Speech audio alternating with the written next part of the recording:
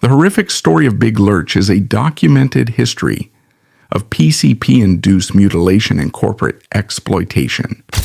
In 2002, the rapper suffered a severe narcotic blackout and murdered 21-year-old Tynisha Ysais, physically tearing open her chest to consume her internal organs.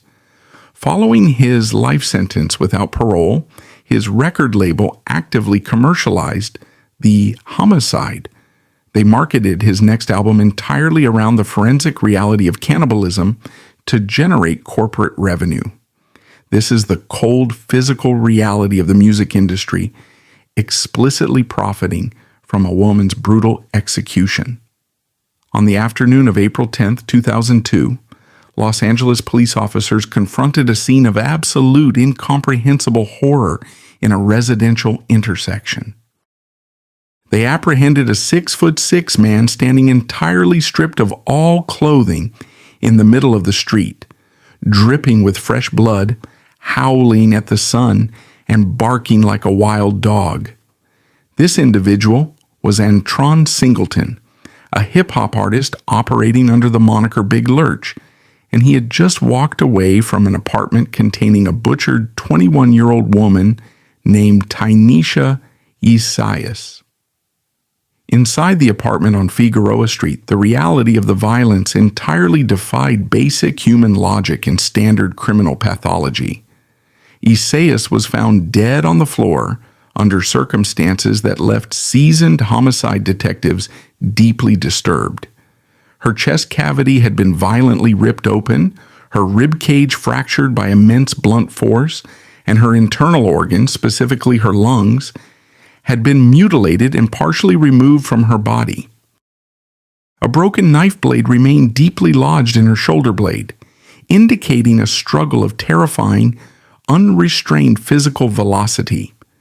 Medical examiners later documented human teeth marks on her face and her internal organs, while a subsequent stomach pump administered to Singleton at the hospital recovered undeniable medical evidence of human tissue. Transcending a standard homicide, the violence inflicted upon the young woman manifested as an act of raw primal consumption that shattered the boundaries of conventional forensic analysis. Tynisha Ysais was a 21-year-old mother, a young civilian caught in the highly volatile, dangerous orbit of the Los Angeles underground music scene through her boyfriend's associations. Her death was immediate, exceptionally brutal, and entirely unprovoked. When the LAPD arrived to secure the perimeter, they did not find a suspect attempting to flee or hide evidence. They found an entity entirely stripped of human cognition, driven entirely by a hijacked nervous system. Rather than legal compliance, Singleton offered absolutely zero physical resistance. He was biologically residing in an entirely different, terrifying dimension, completely unaware of the blood coating his own skin.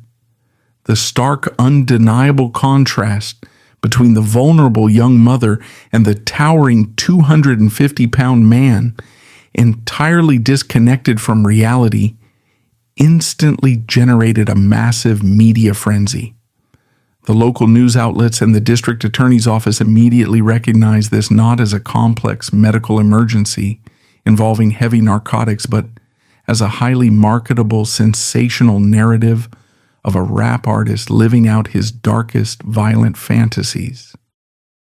This sensational legal and media narrative was directly fueled by Singleton's own artistic output.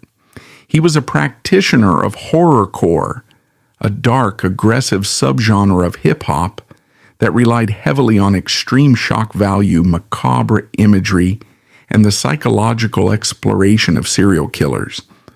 Horrorcore was designed to function as the musical equivalent of a slasher film, requiring a suspension of disbelief as artists created exaggerated, monstrous alter egos. However, in unreleased tracks, specifically a song titled "I Did It to You," Singleton rapped explicitly about cannibalism, adopting the persona of a vampire hunting for fresh meat. He name-dropped Jeffrey Dahmer and detailed murder as a casual hobby. When the Los Angeles legal system connected the completely unclothed man barking in the street to these specific lyrical recordings, they deliberately collapsed the boundary between the performer and the performance. The prosecution immediately seized the opportunity to weaponize his art against him. The district attorney constructed a rigid narrative that entirely bypassed the complex mechanics of drug-induced psychosis. They argued forcefully that Singleton was a latent, highly dangerous predator who had utilized his music not as fictional entertainment, but as a literal premeditated blueprint for real-world atrocity. The legal strategy was ruthless and effective. By framing the lyrics as a confession of intent, they could secure a first-degree murder conviction without having to untangle the complicated mitigating medical realities of acute chemical intoxication and severe neurological failure. However, reducing the April 10th massacre to a simplistic tale of a rapper executing his violent lyrics fundamentally ignores the massive, colliding systemic failures that actually engineered the tragedy. The death of Tynisha Ysais was the catastrophic endpoint of three highly distinct, deeply destructive forces operating within the shadows of Los Angeles. First, it was a profound demonstration of the neurological devastation caused by phencyclidine, PCP, a synthetic hallucinogen capable of completely severing the brain from reality and inducing severe, weeks-long dissociative blackouts. Second, the tragedy exposed the complete apathy of the American medical system towards uninsured minority artists, as Singleton had been left to aggressively self-medicate a severely broken neck sustained in a car accident 2 years prior. Finally, it highlighted the ruthless, predatory nature of the underground recording industry, a capitalist machine that actively fostered a volatile, gang-affiliated, drug-fueled environment around its artists, perfectly willing to exploit a psychological collapse and ultimately monetize a young woman's corpse to sell records. Long before the media branded him a cannibalistic monster, Antron Singleton was a child possessing a highly unusual, precocious intellect. Raised in Texas, he did not exhibit the early behavioral markers of a violent sociopath. Instead, by the age of 7, he was already writing structured, complex poetry. This early affinity for language and rhythm provided an intellectual outlet that contrasted sharply with his rapidly expanding physical frame. By his late teens, Singleton had grown into a massive 6'6" figure, a physical giant who recognized that his linguistic talent could be his ticket out of obscurity. He leveraged his size and his pen, migrating from Texas to the highly competitive hip-hop ecosystem of California to secure a legitimate career in the music industry. Upon arriving on the West Coast, Singleton did not initially gravitate toward extreme violence in his music. He integrated himself into the Bay Area underground scene, forming a rap group known as the Cosmic Slop Shop. His talent was undeniable and recognized by his peers. Far from a fringe, untalented novelty act, he operated as a legitimate working musician, successfully collaborating with established, highly respected West Coast heavyweights like E40 and Mac Dre. In 1998, Cosmic Slop Shop released the album Da Family, securing minor commercial success and proving that Singleton possessed the work ethic and the vocal delivery required to survive in a ruthless industry. However, as the 1990s transitioned into the early 2000s, the rap market became incredibly saturated. To secure a major record deal and break through the noise, artists were heavily pressured by executives to adopt extreme, highly marketable gimmicks. Singleton made a calculated commercial decision to pivot his artistic persona. He adopted the moniker Big Lurch and fully immersed himself in a subgenre known as horrorcore. This specific branch of hip-hop functioned similarly to heavy metal or shock rock. It thrived on transgressing social boundaries. Horrorcore artists deliberately utilized macabre imagery, extreme gore, and the psychological profiling of serial killers to shock listeners and generate underground buzz. For Singleton, adopting the persona of a predatory, unstoppable monster was a theatrical performance designed to capitalize on his intimidating physical stature. It was a brand strategy to sell records. He began writing lyrics about vampires and mass murder, treating the recording booth like a movie set. He failed to realize that by actively cultivating this dark, violent alter ego, he was providing the legal system with the exact fictional blueprint they would later use to execute his character in a courtroom. To fully actualize this new persona and chase a lucrative solo contract, Singleton relocated to Los Angeles. This geographic shift proved to be a fatal trap. The underground hip-hop industry in Los Angeles was deeply, dangerously intertwined with street-level narcotics and gang warfare. Singleton did not move into a standard corporate recording environment. He found himself living, writing, and recording inside a dope house, a residential property utilized simultaneously as a makeshift studio and a heavily armed hub for drug distribution. This environment placed Singleton under an unimaginable level of daily psychological pressure. He was a recognized affiliate of the Bloods gang from Texas, yet the specific label executives, producers, and street figures controlling the Los Angeles dope house where he lived were heavily affiliated with the rival Crips. He was entirely isolated, residing deep behind enemy lines. He had to navigate intense, unspoken gang politics every single day, acutely aware that any minor disrespect or misunderstanding could result in immediate, lethal violence. He was a hostage to his own ambition, trapped in a highly toxic, hyper-masculine environment where extreme drug use was normalized and actively encouraged as a coping mechanism.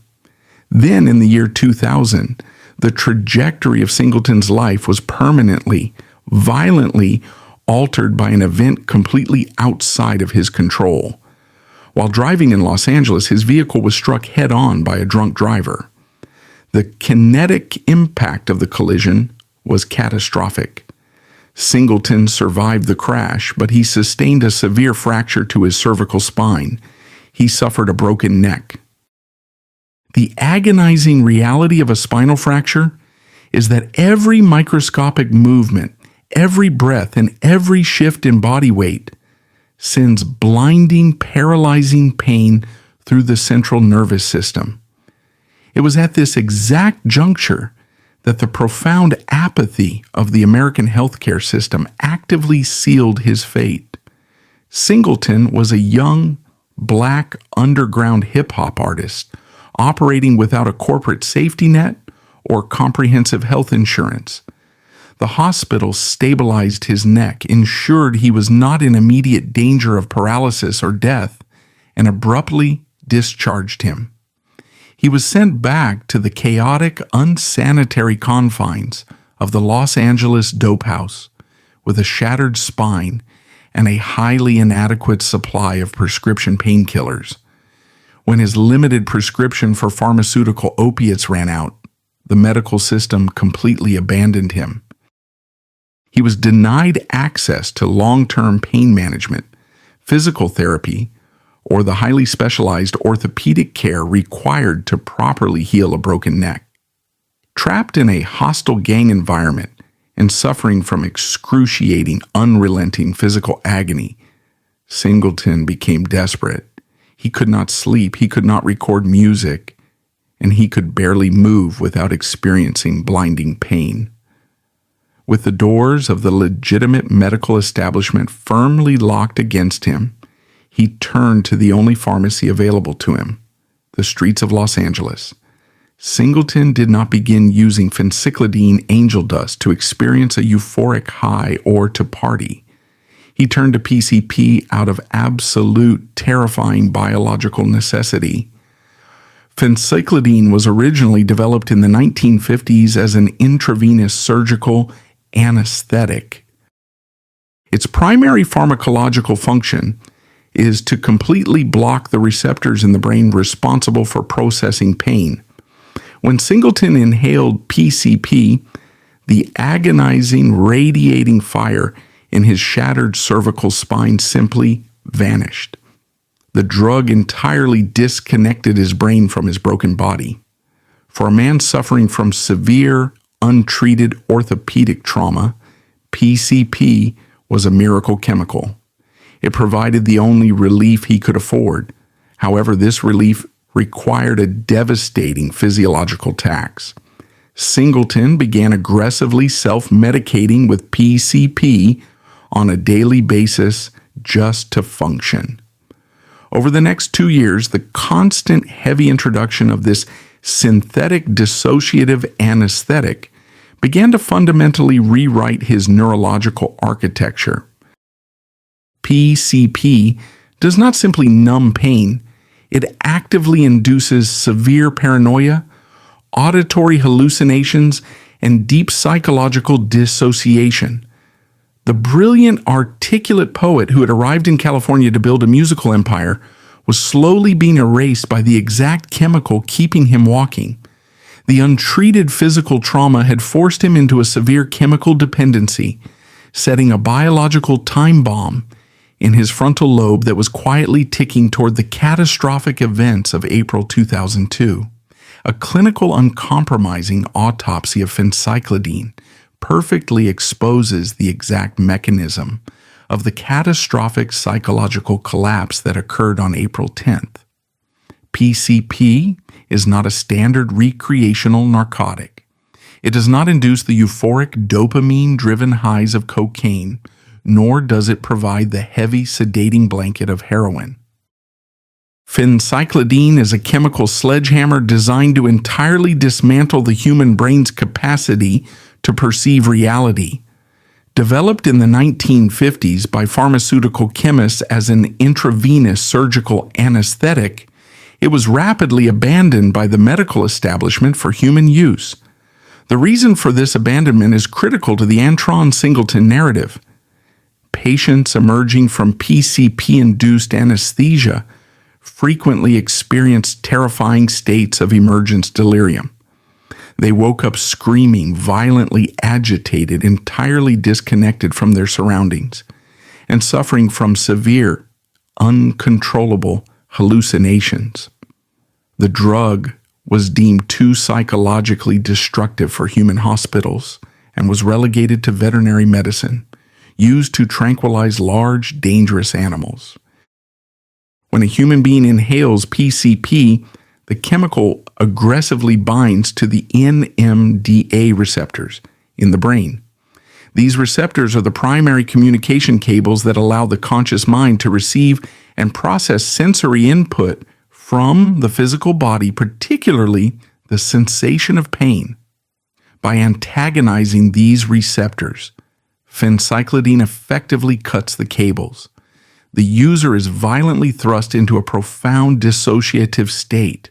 They are no longer a pilot flying a biological machine. They are entirely locked out of the cockpit, while the machine continues to operate on primal, unfiltered instinct. This total sensory blockade explains the terrifying, highly documented phenomenon of superhuman strength, frequently associated with heavy PCP users. Rather than miraculously generating new muscle mass, the chemical entirely disables the brain's fundamental biological safety limiters. Under normal circumstances, if a human attempts to lift a car or break a pair of steel handcuffs, the central nervous system instantly sends blinding pain signals to the brain, warning that muscles are tearing and bones are fracturing. The brain immediately forces the body to stop. PCP silences those warnings. An individual under its influence can shatter their own wrists pulling against restraints, or run on multiple broken bones because the brain simply is not receiving the damage reports. When applied to the physical architecture of Antron Singleton, a man standing 6 feet 6 inches tall and weighing over 250 pounds, this chemical pain blockade transformed him into an unstoppable biomechanical force. He possessed the sheer mass required to rip open a human rib cage with his bare hands, and the PCP ensured he would not feel his own fingers breaking while he did it. However, the chemical introduction of PCP was only half of the biological equation that triggered the April 2002 massacre. Singleton's brain was already a highly volatile, chemically compromised environment long before he inhaled the drug. He had a documented medical history of severe unmanaged bipolar disorder. Bipolar disorder is characterized by extreme, alternating cycles of deep clinical depression and hyperactive mania. When a powerful dissociative hallucinogen, like PCP, is aggressively introduced into a brain already suffering from severe mood dysregulation and manic episodes, the fusion does not merely cause intoxication. It creates a waking, inescapable nightmare. The PCP weaponized his existing manic paranoia. The horrifying lyrics he had been writing for his Horrorcore album, the violent fictional imagery of vampires and cannibalistic serial killers, were no longer confined to the recording booth. Deprived of the ability to distinguish between internal thought and external reality, his brain likely projected these violent fictional constructs directly into his immediate physical environment. He was trapped inside his own terrifying artistic creation. Singleton has maintained an unwavering, chilling narrative regarding the events of that day. He claims to have experienced an absolute, impenetrable psychological blackout. He testified that he smoked PCP at the apartment, and his conscious memory simply terminated. He maintains that his brain stopped recording information entirely, and he did not regain cognitive awareness until 2 weeks later, waking up inside a highly secured padded cell in the Los Angeles County Psychiatric Ward, completely unaware of why he was incarcerated. In forensic psychiatry, this phenomenon is known as a substance-induced dissociative fugue. Under massive continuous exposure to dissociative anesthetics, the hippocampus, the region of the brain responsible for encoding short-term experiences into long-term memories, completely shuts down. The individual becomes a biological automaton, capable of executing complex, highly violent physical actions without the conscious mind ever actively participating or recording the event. When Singleton was found standing completely unclothed in the street, covered in blood and barking at the sun, he was not executing a calculated escape plan. He was a terrifyingly empty vessel, his conscious identity entirely erased by a chemical firestorm. Despite this profound, undeniable medical reality, the Los Angeles legal system was structurally engineered to ensure that his chemical psychosis could never be utilized to save his life in a courtroom. The defense strategy immediately hinged on the insanity plea, arguing that Singleton was suffering from a severe psychotic break and was therefore legally incapable of understanding the horrific nature of his actions. However, the California Penal Code contains a strict, highly punitive statute regarding the definition of legal insanity, The law explicitly dictates that a defendant cannot claim legal insanity if their psychotic state was the direct result of voluntary intoxication. This law was originally designed by legislators to prevent drunk drivers or recreational drug users from utilizing temporary self-induced impairment as a legal shield to avoid responsibility for manslaughter. However, when applied to the specific complex tragedy of Antron Singleton, this binary legal logic proved profoundly merciless. The courtroom is not a hospital, and the law does not recognize the nuance of a broken healthcare system. The judge and the prosecution did not care that Singleton possessed a documented history of severe bipolar disorder.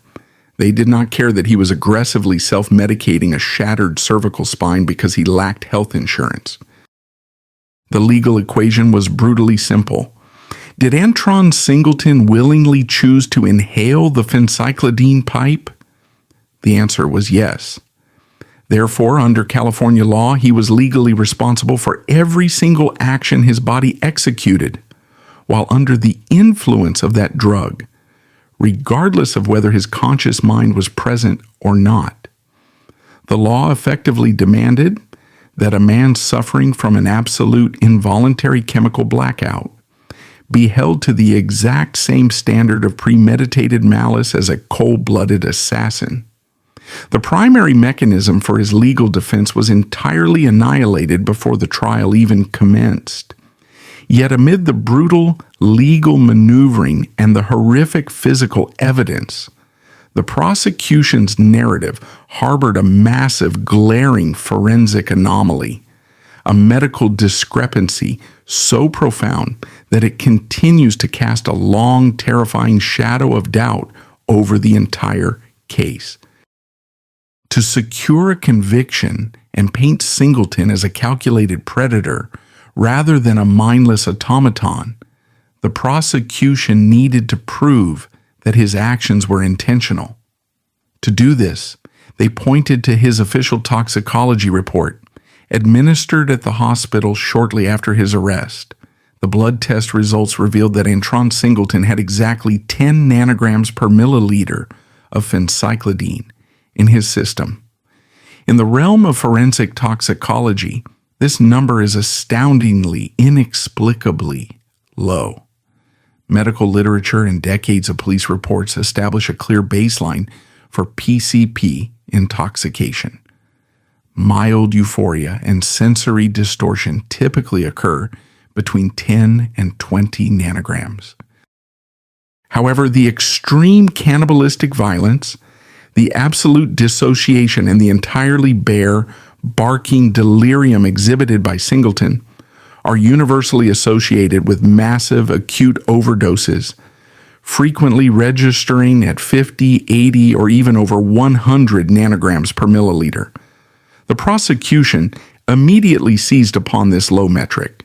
They argued that 10 nanograms was essentially a functional dose. They presented the theory that Singleton was not trapped in a terrifying dissociative blackout at all. They argued that he was merely slightly intoxicated, fully aware of his surroundings, and entirely in control of his physical actions. According to the state, the entirely bare barking in the street was not a genuine psychotic break. It was a desperate, highly calculated theatrical performance. They alleged that Singleton violently murdered Tynisha Ysais to fulfill his dark horrorcore fantasies and then deliberately acted insane when the police arrived to strategically set up an insanity defense. The defense team and medical experts vehemently contested this narrative, pointing to the complex pharmacological nature of phencyclidine. PCP is highly lipophilic, meaning it rapidly binds to and stores itself within the body's fat tissues.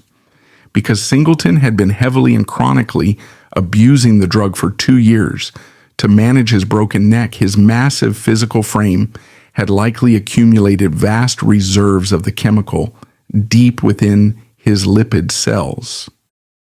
Experts theorize that under conditions of extreme stress, sleep deprivation, or sudden adrenaline spikes, these fat cells could rapidly release massive, unpredictable waves of PCP directly back into the bloodstream, triggering a delayed catastrophic psychotic break that a standard venous blood draw taken hours later simply could not accurately measure.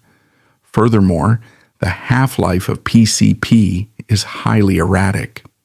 By the time the police had secured the scene, transported a violently agitated giant to the hospital, and finally safely administered the blood draw, the acute chemical spike that triggered the murder may have already metabolized, leaving behind only the residual 10 nanograms.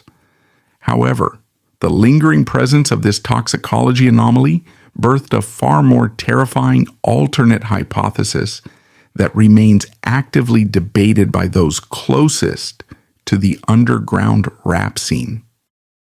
If 10 nanograms of PCP was truly insufficient to cause a man to rip open a human rib cage and consume lung tissue, then what actually triggered the violence? If the drug did not turn Antron Singleton into a monster, was he simply a monster all along? Or far more disturbingly, was the extremely low chemical marker proof that Singleton was not the architect of the massacre, but merely a heavily drugged, highly convenient pawn stumbling through the aftermath of a bloodbath orchestrated by someone else entirely? This specific chilling 10 nanogram discrepancy opened the door to a series of forensic loopholes and crime scene anomalies that the Los Angeles Police Department aggressively chose to ignore, focusing entirely on the completely unclothed rapper covered in blood rather than the highly volatile, deeply suspicious individuals who shared the apartment with him. When law enforcement officers arrive at a homicide scene and discover a 6'6" man entirely coated in the victim's blood, their investigative periphery violently collapses.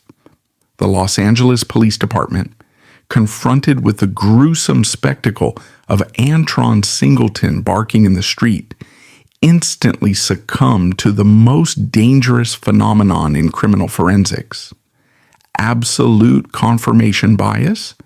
They had their monster, they had their victim, and they had a sensational narrative ready for the evening news. Because the visual evidence was so overwhelmingly grotesque, the detectives essentially stopped investigating the ecosystem of the apartment on Figueroa Street. They treated the crime scene as a closed binary equation: Singleton killed Ysais, and in doing so, they actively ignored a series of glaring, deeply disturbing forensic anomalies that point to a radically different, arguably more sinister reality. Shining a harsh light on the other individuals inhabiting that specific Los Angeles dope house effectively deconstructs the official narrative of the April 2002 massacre. Tynisha Ysais did not live in a vacuum, nor was she entirely alone with Antron Singleton in the hours leading up to her death.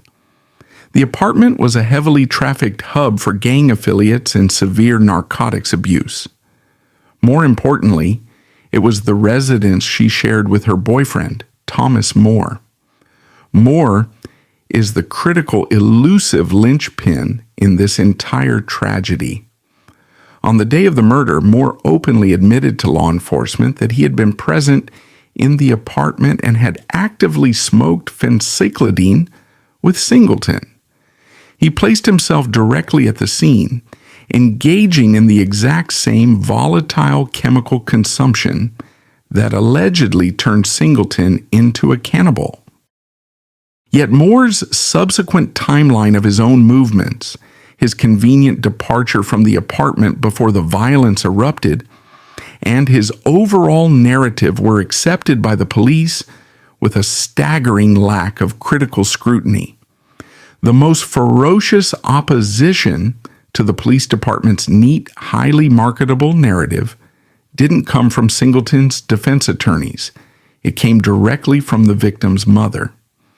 Carolyn Stinson knew the intimate, dark realities of her daughter's life far better than the detectives processing the crime scene. Stinson absolutely refused to accept that her 21-year-old daughter was the random victim of a rapper's drug-induced horrorcore fantasy. From the moment the investigation began, Stinson aggressively pointed the finger directly at Thomas More. She provided a harrowing context that the Los Angeles legal system desperately wanted to ignore. Tynisha Ysais was trapped in a cycle of severe, escalating domestic violence. Stinson documented a history of physical abuse inflicted by Moore upon her daughter, framing the Figueroa Street apartment not as a random stage for a crazed musician, but as a deeply toxic domestic environment, teetering on the edge of lethal violence long before Singleton ever took a hit from the PCP pipe. Stinson's crusade for the truth forced a re-examination of the physical evidence, revealing massive unexplained loopholes in the prosecution's theory of a bare-handed cannibalistic slaughter. The district attorney built their entire case on the premise that Singleton, fueled by PCP and demonic delusions, ripped Ysais apart, utilizing only his massive physical strength, a broken knife, and his teeth. However, the coroner's report documented a specific fatal puncture wound on Tynisha's neck that completely contradicted this narrative. The diameter, depth, and unique shape of this specific wound did not match the broken blade found in her shoulder, nor did it align with any bite mark or manual strangulation technique. Upon closer inspection of the crime scene photographs, a chilling correlation emerged. Lying on the floor of the apartment amidst the blood and chaos was a child's metallic push scooter. The handlebars of this specific scooter perfectly matched the dimensions of the fatal puncture wound on Ysais' neck. This was a blunt force, highly localized impact wound, suggesting a completely different weapon and a completely different mechanical struggle than the one the prosecution was selling to the jury. It implied a chaotic domestic brawl where immediate household objects were weaponized, a hallmark of escalating domestic violence rather than a calculated predatory cannibalistic attack. Furthermore, the crime scene investigators recovered a distinct bloody fingerprint near the body. In a modern forensic investigation, a bloody fingerprint at a homicide scene is the ultimate undeniable genetic receipt. When this print was processed and run through the database, the results were explosive, yet quietly buried by the prosecution. The bloody fingerprint did not belong to Antron Singleton. It belonged to an unidentified third party who was present in that room while the blood of Tynisha Ysais was wet. The prosecution, heavily invested in the narrative of the lone horrorcore monster, simply brushed this monumental piece of evidence aside. They offered no viable explanation for how another individual left a bloody print at a scene they claimed was the exclusive hunting ground of Big Lurch. For Carolyn Stinson, these physical anomalies solidified a terrifying alternate timeline. She theorized that a severe, fatal domestic altercation had occurred between her daughter and Thomas More. In this scenario, the initial violence, the fatal strike with the scooter handle, the struggle that resulted in the broken knife, was not perpetrated by the 6'6" rapper, but by the abusive boyfriend. If this domestic violence hypothesis holds true, it forces us to ask a deeply unsettling question. What was Antron Singleton actually doing while Tynisha Ysais was being murdered? This question brings us to the most disturbing, macabre, and medically plausible alternate theory surrounding the April 10th massacre, the pit bull theory. We must remember the precise documented environment of the apartment. It was not just a drug den. It was a space occupied by several large, aggressive pit bulls owned by Singleton. Dogs are highly reactive, deeply instinctual animals. If a violent, screaming domestic altercation broke out in the enclosed space of that apartment, the kinetic energy, the smell of fear, and the sudden spilling of blood would instantly trigger a predatory pack response. The theory posits that the dogs, agitated by the violence initiated by someone else, ultimately attacked Ysais' incapacitated or already deceased body. The tearing of the chest cavity, the mutilation of the lungs, and the sheer raw devastation of the flesh, injuries that the prosecution attributed to a man acting like a monster, are perfectly consistent with the anatomical damage inflicted by a pack of highly agitated, powerful canines. Where does Antron Singleton fit into this horrifying ecosystem? We must return to the pharmacology of phencyclidine and the 10 nanogram toxicology report. Singleton was entirely submerged in a profound dissociative blackout. He was not a conscious participant in reality. If a murder occurred in his vicinity and the dogs subsequently attacked the body, Singleton's chemically fractured brain would not have registered the violence as a human tragedy. In a deep dissociative fugue, the brain's ability to contextualize objects is completely severed. An individual might look at a television and see a window, or look at a weapon and see a toy. According to this chilling hypothesis, Singleton, operating purely on autonomous, unthinking biological instinct, eventually woke from his drug-induced stupor and wandered into the blood-soaked room. His brain, heavily compromised by the PCP, simply registered the biological presence of raw meat on the floor. Stripped of all human cognition, moral reasoning, and contextual awareness, he did not see a murdered 21-year-old mother. He simply saw food. He bent down, interacted with the horrific aftermath of a crime he did not commit, consumed the tissue, and wandered out into the Los Angeles sun, barking like the very dogs that may have actually inflicted the damage. This theory explains every single forensic anomaly the LAPD chose to ignore. It explains why a man who allegedly committed a hyper-violent, physically exhausting murder only had 10 nanograms of PCP in his blood because he wasn't the one fighting. He was just heavily sedated in the corner until the violence ended. It explains the unidentified bloody fingerprint. It explains the puncture wound from the scooter.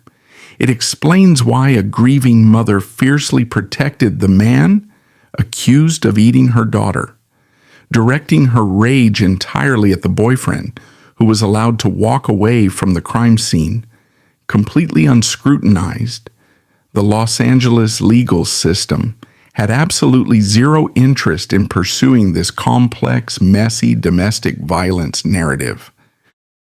Investigating Thomas More, analyzing canine bite marks, and explaining the intricate nuances of a drug-induced dissociative state to a jury requires immense investigative labor and carries the high risk of a mistrial. Conversely, convicting a giant, terrifying-looking black rapper who writes songs about vampires and serial killers requires almost no investigative effort at all. The police handed the district attorney a perfect pre-packaged monster. The prosecution did not need to prove the exact biomechanics of the murder. They only needed to prove that Antron Singleton was a terrifying individual capable of thinking dark thoughts. To accomplish this, they prepared to execute a legal strategy that would fundamentally weaponize the First Amendment. transforming the courtroom into a stage where Singleton's own unreleased poetry would be used to build his gallows. When the Los Angeles District Attorney's Office brought Antron Singleton to trial, they faced a distinct forensic vacuum. They lacked definitive witnesses to the actual moment of the murder. The blood evidence presented massive, unexplained anomalies, and the defendant was a man suffering from severe chemical amnesia. To secure a first-degree murder conviction, the prosecution needed to establish premeditated intent. They needed to prove that the gruesome dismemberment of Tynisha Ysais was not the chaotic accidental byproduct of a drug-induced frenzy, but a calculated, deliberate act. To cross this immense legal chasm, the prosecution executed a strategy that fundamentally threatened the First Amendment. They bypassed physical evidence and put his artistic imagination on trial. They decided to weaponize his poetry. The courtroom was transformed from a venue of objective forensic analysis into a theater of moral panic. The prosecutors introduced unreleased, highly aggressive horrorcore lyrics from Singleton's recording sessions, specifically focusing on a track originally titled The Puppet Master, later known as I Did It to You. In these verses, Singleton utilized the standard, extreme shock value tropes of the horrorcore subgenre. He rapped from the perspective of a homicidal maniac, explicitly stating that killing was a casual hobby. He invoked the names of notorious American serial killers, including Charles Manson and Jeffrey Dahmer, and utilized the graphic imagery of a vampire hunting for fresh meat. In the context of an underground hip-hop album designed to shock listeners and generate controversy, these lyrics were standard, theatrical hyperbole. They were the auditory equivalent of a slasher film script. However, in the sterile, highly formal environment of a courtroom, read aloud by a prosecutor to a jury comprised of ordinary citizens entirely unfamiliar with the nuances of underground rap culture, these fictional verses were stripped of all artistic context. Forcefully dismissing any notion of theatrical character performance, the prosecution insisted he had actively drafted a literal blueprint for his crimes. They conflated the fictional monster Big Lurch with the biological reality of Antron Singleton. This legal tactic is deeply insidious. It effectively criminalizes artistic expression, punishing an artist for the thoughts they dare to commit to paper. The prosecution successfully convinced the jury that because Singleton possessed the psychological capacity to imagine a horrific, cannibalistic murder for a song, he must have possessed the premeditated intent to execute it in reality. This lyrical weaponization was the final nail in a coffin, already constructed by California law. Singleton's defense team attempted to present an insanity plea, heavily relying on his documented history of bipolar disorder and the absolute dissociative blackout induced by the phencyclidine. They argued he was entirely devoid of conscious control and therefore legally incapable of forming the specific intent required for a first-degree murder conviction. The California judicial system immediately and ruthlessly shut this defense down. The state operates under a strict penal code regarding voluntary intoxication. The law explicitly dictates that if an individual willingly consumes a narcotic, they are held absolutely responsible for any and all actions committed under its influence, regardless of how thoroughly the chemical fractures their cognitive reality. The court did not care that Singleton was self-medicating a shattered spine because the medical system had abandoned him.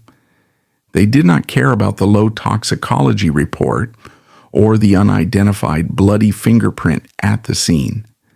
The legal equation was entirely binary. He smoked the PCP, therefore he owned the murder. Stripped of the insanity defense and facing a jury deeply terrified by the presentation of his horrorcore lyrics, Singleton's trial was an execution in all but name. The jury deliberation reflected the absolute success of the prosecution's strategy of fear. It took them less than 60 minutes to review the evidence of a highly complex, chemically complicated, anomaly-filled homicide. In under an hour, they returned a verdict of guilty on all charges. Antron Singleton was sentenced to life in prison without the possibility of parole for first-degree murder, aggravated mayhem, and torture. The state had successfully locked away the monster they needed him to be. The absolute moral bankruptcy of this tragedy did not end with the strike of the judge's gavel. While Antron Singleton was transported to a maximum security penitentiary to spend the rest of his natural life in a cage, the capitalist machinery of the underground music industry immediately mobilized to extract maximum financial yield from the blood on the floor. Black Market Records, the independent label that held the rights to Singleton's unreleased music, did not shelve his project out of respect for the grieving family of Tynisha Ysais. They did not distance themselves from a convicted murderer. Instead, they recognized a massive, unprecedented marketing opportunity. The media frenzy surrounding the cannibal rapper had generated global notoriety, and the label executives moved swiftly to monetize the atrocity. In 2004, while the blood of the victim was barely dry in the public consciousness, Black Market Records officially released Big Lurch's debut solo album, cynically titled It's All Bad. The promotion of this album represents one of the most depraved acts of capitalist necrophagy in the history of the entertainment industry. To guarantee that consumers explicitly connected the music to the real-world murder, the label's art department utilized digital editing software to manipulate the album cover. They released a highly disturbing doctored image depicting Singleton holding a silver dining platter. Resting on the platter was a human skull. Shattering any pretense of a subtle marketing campaign, this strategy functioned as a direct, highly calculated capitalization on a brutal dismemberment. The label executives effectively sold access to a crime scene. They utilized the horrific tragedy of Tynisha Ysais as a promotional gimmick to move physical units and generate streaming revenue. They proved that within the unregulated predatory ecosystem of the music industry, there is absolutely no moral threshold that will not be crossed if the profit margins dictate it. They built a marketing campaign on the back of a corpse. The realization that he was being exploited by the very system he had sacrificed his life to enter dawned heavily on Singleton as he sat in his prison cell. He began to meticulously review the mechanics of his conviction, leading to a devastating allegation regarding the specific legal architecture of his downfall. Singleton publicly accused his own defense attorney, Milton Grimes, of orchestrating a deliberate, catastrophic betrayal.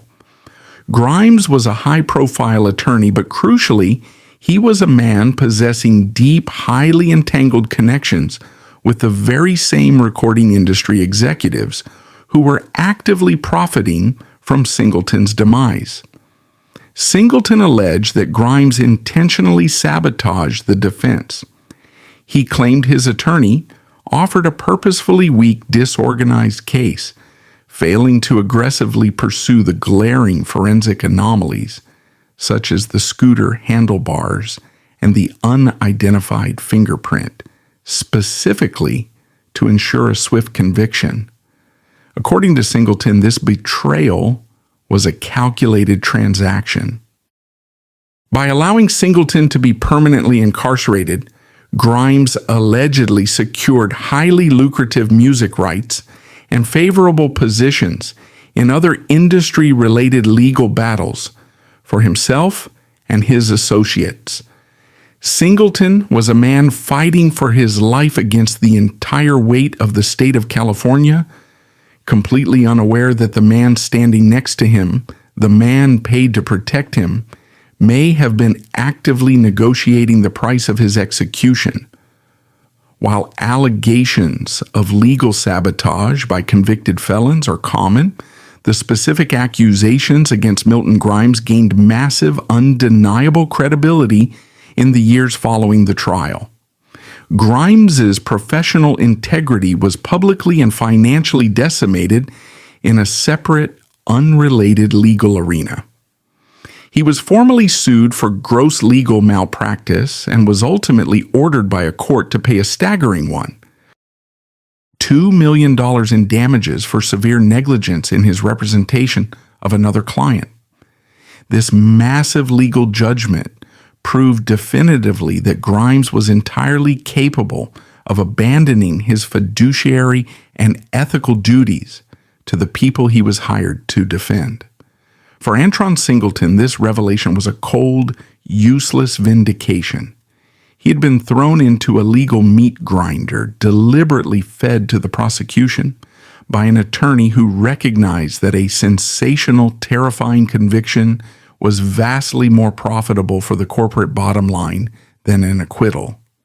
For over 2 decades, Antron Singleton has existed within the concrete and steel confines of the California penal system, permanently exiled from the world he attempted to conquer.